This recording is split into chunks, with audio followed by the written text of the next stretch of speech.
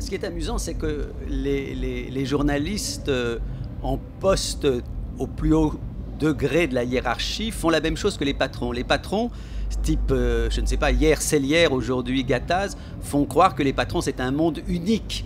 Et du coup que le petit patron qui a un ou deux salariés aurait les moindres intérêts communs avec ces grands patrons. Dans le monde du journalisme, c'est pareil. Il y a tout un petit peuple du journalisme qui n'a strictement rien à voir avec les éditorialistes, avec ceux comme Barbier, comme Bruno Roger Petit, qui sont effectivement la crème, entre guillemets, du journalisme. Donc déjà, le premier point, c'est de ne pas parler des journalistes.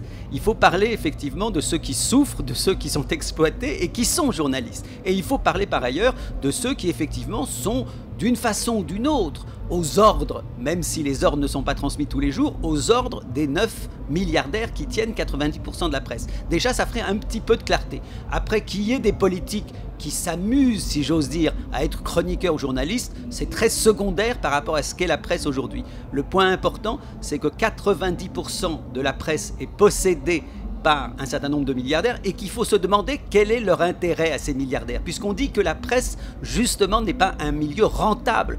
Il y a une rentabilité, mais qui est quoi? Qui est une rentabilité idéologique et pas une rentabilité financière. Une fois qu'on a dit ça, on a déjà un peu clarifié les choses.